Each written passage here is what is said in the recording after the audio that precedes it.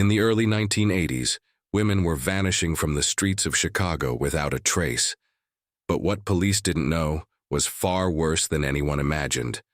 Behind these disappearances was a man who ran a satanic cult out of his attic and led one of the most disturbing serial killer groups in U.S. history.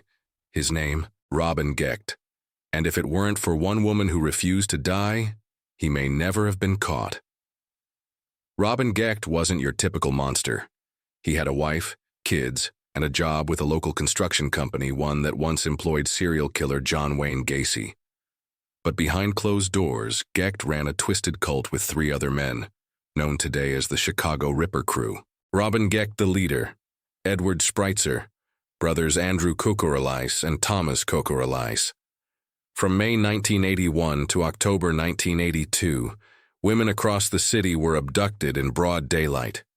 Gecht and his crew cruised the streets in a red van, looking for victims. They'd pull up, grab women off the sidewalk, and take them to what they called their chapel, a candlelit attic where horrifying rituals took place. There the women were assaulted, and many didn't survive. In several cases, they were subjected to disturbing rituals. Gecht believed the rituals gave him power.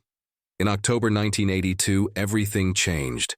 A woman named Beverly Washington was abducted, drugged, and subjected to their satanic practices just like the others. But unlike the others, she survived. Left for dead near railroad tracks, Beverly bravely managed to get help. From her hospital bed, she gave police a detailed description of the red van, the attack, and the faces of all the members of the Chicago Ripper Crew. That tip was all police needed. They tracked down the van and arrested the men inside. During questioning, the other members of the Ripper Crew quickly cracked, confessing everything and pointing to Robin Gecht as the ringleader. In 1983, Robin Gecht was convicted of attempted murder, assault, and kidnapping. He was sentenced to 120 years in prison. Edward Spreitzer. Originally sentenced to death, but it was later commuted to life in prison.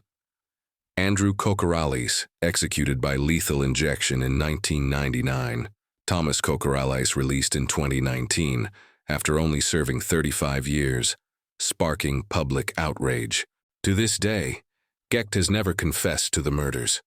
But his crew did, and their horrifying testimonies have confirmed that Robin Gecht led one of the most violent cults in American history. And if just one victim hadn't survived, we might never have known. Thanks for watching. Don't forget to like, share, and subscribe, and as always, look twice. Monsters blend in.